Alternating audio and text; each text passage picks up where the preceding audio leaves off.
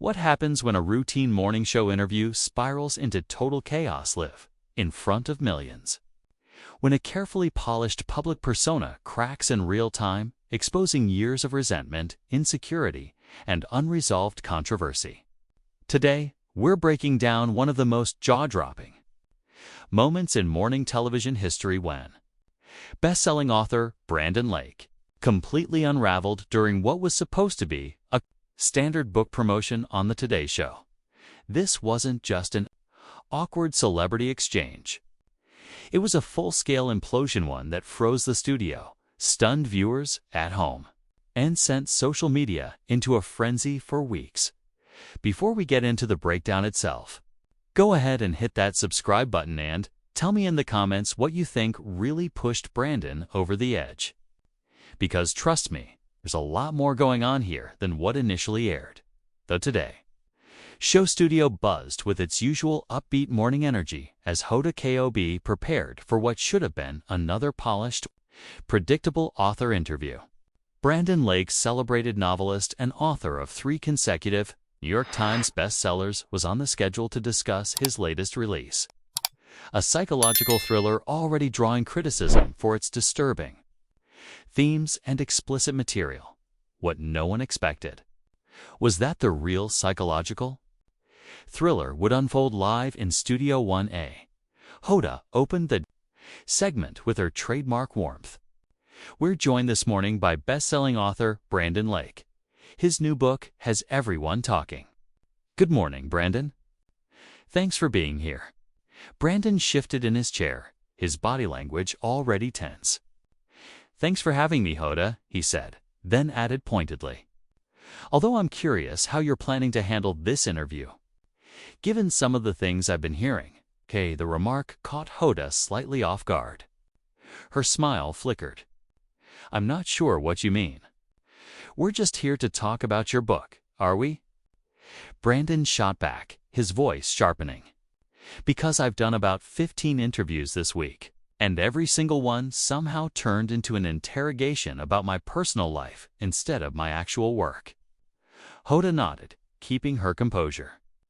Well, when your writing dives into intense psychological territory, readers naturally become curious about what inspires it.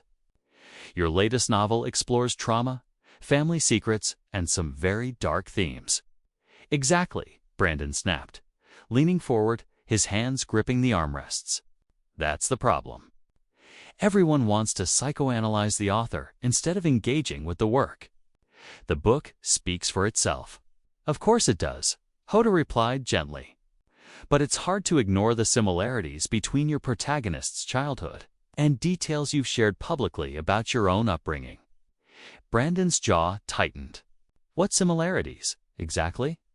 Because I'm getting real tired of journalists turning fiction into some kind of unauthorized autobiography. Hoda glanced at her notes, attempting to redirect. Your main character struggles with abandonment and authority figures. In a 2019 interview with Publishers Weekly, he spoke openly about growing up without your father and feeling misunderstood by teachers. That was 5 years ago, Brandon snapped. I was in therapy. I was oversharing, trying to be authentic. That doesn't mean every character I write is me. The tension in the studio was now unmistakable. I think readers connect with authors who are willing to be vulnerable, Hoda said carefully. Vulnerable, Brandon repeated, his voice rising. Is that what we're calling it? Because to me, it feels like exploitation. Anytime I want to discuss craft, structure, or literary merit, people want to dig through my childhood trauma like it's entertainment. Sensing the interview slipping away, Hoda tried to regain control. I don't want to make you uncomfortable, Brandon. Let's talk about your writing process. How do you build such complex psychological characters? Through research, imagination, years of studying human behavior, Brandon replied curtly. Not by turning my personal life into a therapy session for public consumption. But surely your own experiences inform your work in some way, Hoda pressed. Most writers draw from their emotional lives. Brandon stared at her in silence for a beat, then exhaled sharply. You know what, Hoda? I really thought the Today Show would be different. I thought we could have an intelligent conversation about literature, storytelling about craft. But instead, even here, everything gets reduced to trauma porn. The studio fell completely silent. Cameras hummed. Crew members froze. Hoda took a slow breath. Years of live television instincts kicking in as she realized she was losing control of the interview and that whatever happened next would be remembered for a long time. Brandon, if you feel like we're not focusing enough on your work, I apologize, Hoda said carefully. That was never my intention. Your books have sold millions because they connect with readers on a deep emotional level. Don't patronize me, Brandon snapped, any trace of restraint evaporating. You think I don't see what's happening here? You've got producer notes sitting right there telling you exactly which buttons to press, which wounds to reopen. This isn't journalism. It's tabloid bait dressed up as a literary conversation. For the first time, Hoda's practiced calm cracked. I have to admit, I'm surprised by your reaction, she said. Most authors welcome the chance to talk about how their lived experiences inform their creative process. Most authors? Brandon let out a bitter laugh. You mean most authors are willing to perform their trauma for your audience? I'm not one of them. And I'm certainly not going to sit here and pretend that my father, leaving when I was 8, is what somehow qualifies me to write about complex psychological themes. No one is asking you to pretend anything, Hoda replied, her tone firmer now. But your book focuses heavily on abandonment, and you've spoken publicly about your father before. I spoke about it once, Brandon shot back. One interview. I was caught off guard. I was wronged. Now it follows me everywhere. His hands were slicing the air as he spoke. Every review, every panel, every interview somehow circles back to the same tired narrative. Daddy issues. Hoda flicked a glance off camera toward her producer, who was gesturing urgently, caught between cutting to commercial and letting the slow-motion disaster keep rolling. Brandon, I think that's unfair, she said. We're discussing your work, which explicitly deals with family dysfunction and emotional trauma. Because those are universal themes, Brandon snapped. Not because I'm exercising my personal demons on the page. Do you think Stephen King writes horror because he's a psychopath? Do you think Gillian Flynn writes about toxic relationships because she's lived them all? Sometimes writers explore dark subjects, cause dark stories are compelling, because we're all broken people trying to heal ourselves in public. That's a fair point, Hoda conceded. But you can understand why readers might be curious about the connection. Curious? Brandon leaned back, his voice dripping with sarcasm. What you're doing isn't curiosity. It's voyeurism. You want me to bleed on camera, give viewers a neat little backstory so they don't have to actually grapple with the complexity of the work. God forbid people read the book instead of playing armchair psychologist. The studio had gone completely still. Crew members avoided eye contact. The tension was suffocating. I truly don't believe that's what we're doing, Hoda said. The Today Show has always been about connecting with guests on a human level. Connecting? Brandon's voice rose again. Is that what you call ambushing someone about their childhood trauma? Turning personal pain into a marketing hook? Because that's what this feels like, Hoda. Like you're trying to extract something from me that I never consented to give. Hoda's patience finally thinned. Brandon, with respect, you are a public figure who chose to share aspects of your life in past interviews. We're not bringing up anything that isn't already public. Public, Brandon repeated coldly. Right, because once you say something once, it belongs to everyone forever. Open season for strangers online to dissect your childhood, diagnose your mental health, and tell you who you are based on a few careless sentences from years ago. I imagine that's difficult, Hoda replied, though her sympathy sounded measured now. But that scrutiny comes with success. Public interest in your life is part of the deal. Brandon stared at her, stunned. Part of the deal. So my worst childhood experiences are just acceptable collateral damage for book sales. Do you hear how that sounds? Hoda's expression hardened, completely her trademark warmth. Gone. Brandon, I think you need to take a step back, she said sharply. You're being openly hostile to someone doing her job. You were invited here to promote your book, and frankly, your behavior right now is completely unprofessional. The words hung in the air, heavy and final as the interview teetered on the edge of collapse. Unprofessional. Brandon let out an incredulous laugh, the sound cracking in his throat. You want to talk about unprofessional? How about ambushing guests with armchair psychology they never agreed to? How about turning what should be a literary conversation into a therapy session for your viewers' entertainment? We are not ambushing you, Hoda fired back, her composure finally slipping. And I resent the insinuation that I'd do something like that. I've been doing this for over 20 years. I've never had an author react this way to reasonable questions about their own work. Reasonable? Brandon was on his feet now, pacing behind the chair, coiled with energy. You think it's reasonable to dig into someone's childhood abandonment on national television? To psychoanalyze a stranger based on fictional characters? Sit down, Brandon, Hoda snapped, authority cutting through her voice. You're making a scene. I'm making a scene. Brandon spun toward her. I'm making a scene by refusing to participate in exploitation. By standing up for myself and for every artist who's been reduced to a walking trauma. Narrative by journalists who won't bother engaging with the work itself. Off camera, the producer was frantically signaling to cut to commercial. Hoda waved him off. You know what, Brandon? She said tightly. Maybe the problem isn't the questions. Maybe it's that you can't handle an honest discussion about your own work. Maybe you're defensive because there's some truth in what people are saying about the connections between your life and your writing. Brandon stopped pacing. His face flushed. Did you just psychoanalyze me on live television? He said slowly. Did you just prove my entire point by doing exactly what I've been calling out? I'm trying to understand why you're this angry, Hoda replied, though her voice trembled. Because this level of rage feels completely disproportionate. Disproportionate. Brandon's voice climbed into dangerous territory. I'm angry because I've spent 15 years perfecting my craft studying literature, refining my voice, and all anyone wants to discuss are my so-called daddy issues.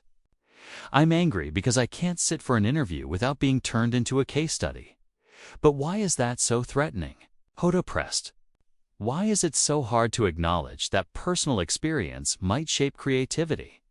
Because it cheapens everything, Brandon shot back, slamming his hand onto the chair. It reduces my work to bargain bin psychology. It suggests my success isn't talent or discipline, it's therapy masquerading as literature. That readers aren't connecting with my writing, just my trauma. Hoda leaned forward, her tone sharpening. Or maybe that is what's happening, Brandon.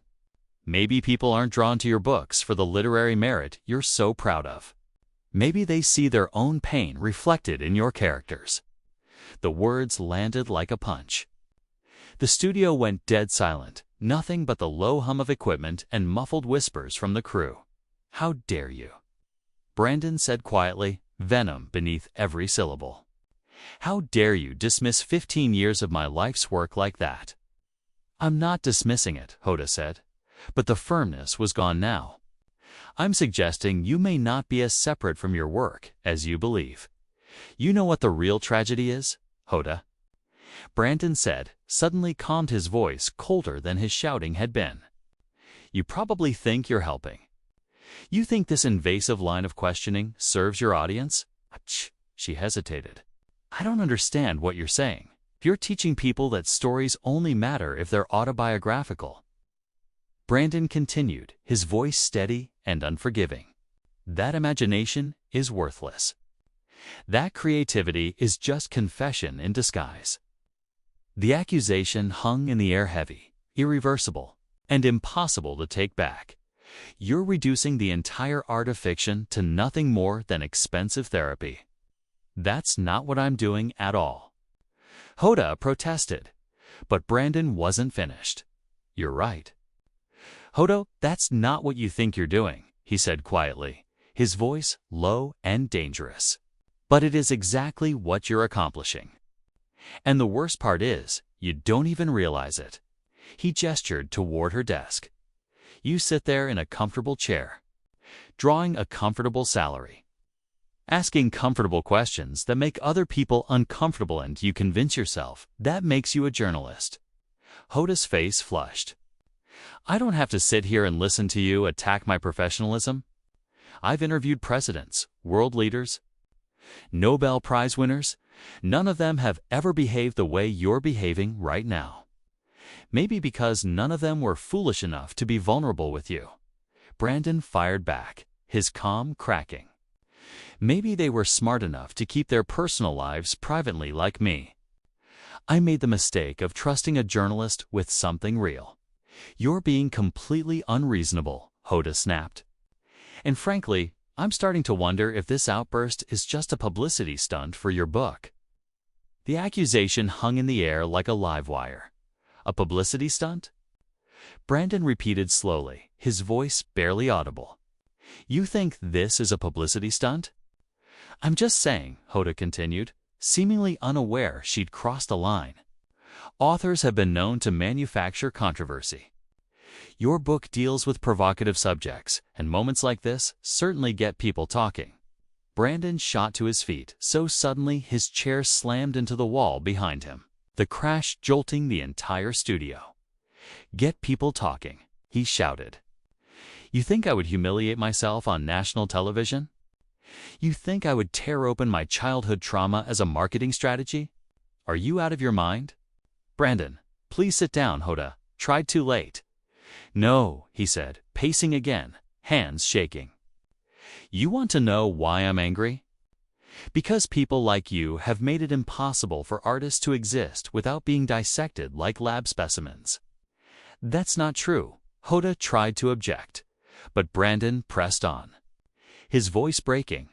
Every book I write gets filtered through my biography. I write about love, people assume I'm lonely. I write about death, they assume I'm suicidal.